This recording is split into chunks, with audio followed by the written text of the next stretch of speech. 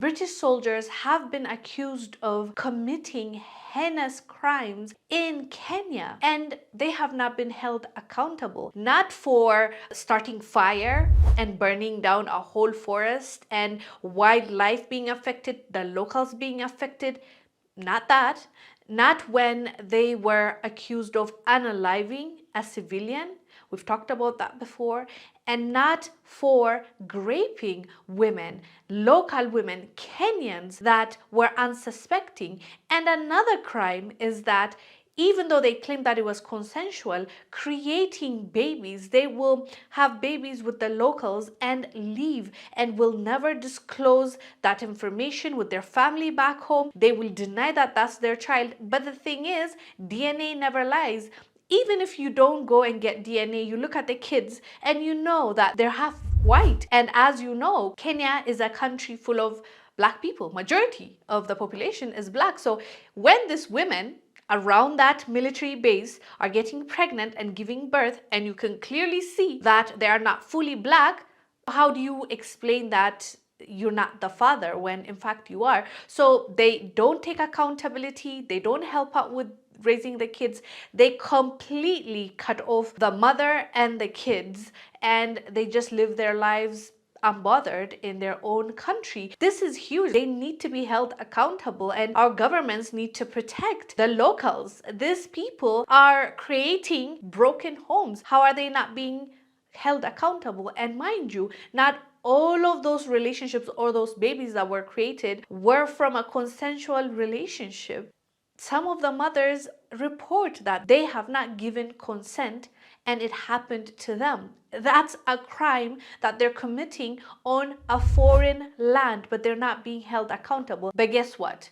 Things might start to change because, according to reports, the High Court in the UK has ordered that children in Kenya allegedly fathered and abandoned by British soldiers should be given access to the identities of the men involved. The court issued an unprecedented ruling demanding the release of the names and addresses of 11 soldiers of the affected children. The ruling means that the information about British soldiers who are believed to have fathered and abandoned their children while stationed in Kenya will be given to the children involved. And authorities are saying that they suspect there are more kids, hundreds of kids to be exact, that were fathered by these British soldiers. They don't even see the need to claim these children, to accept the mothers, to at the very least contribute to this kid's life, to send them to school. They just do not care at all, even though they know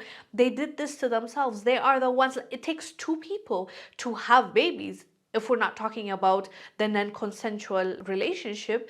But if both of them created a kid, both of them should be responsible to raise the kid. But the British soldiers apparently don't believe that, and they don't see those kids as their kids because maybe they're half black. I do not know what their problem is, but they will create this broken households, these homes, and they will go back to the UK and create another family with their fellow white people and never look back, which has caused a lot of problems for the local kids that were here, that were brought up, right? So the UK High Court is saying that the information of the soldiers will be released, which is a great thing because till now, the British Army will protect them. They will say this is a private matter. We need to protect their privacy as our soldiers, so we won't give you the name. Even though the mothers know who exactly is responsible for that, they will never give that information, even when the British soldiers are committing a crime as bad as unaliving a person. For 9 years now, the family of Agnes Wanjiru in Laikipia County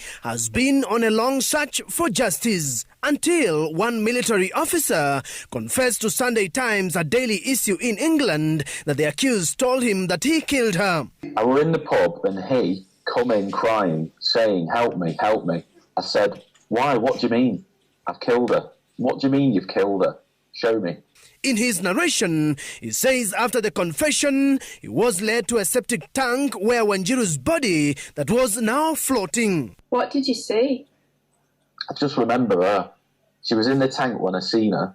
He took me to the tank and lifted it up, and I looked in, and I just remember seeing her in there. And my heart sank, and I just said, I'll never forgive you for this. Never. So we hope that these kids get justice and get information about their real fathers. If they don't want a relationship with them, fine, but at the very least, raise those kids. Pay what you need to pay so these kids can go to school and have a life. You brought them into this life. They didn't ask you to bring them into this life. So it's only fair that you at the very least contribute financially. Anyways, fam, let us know down below what your thoughts are about this. I am Wongel Zelalem. I'll see you on the next one. Bye.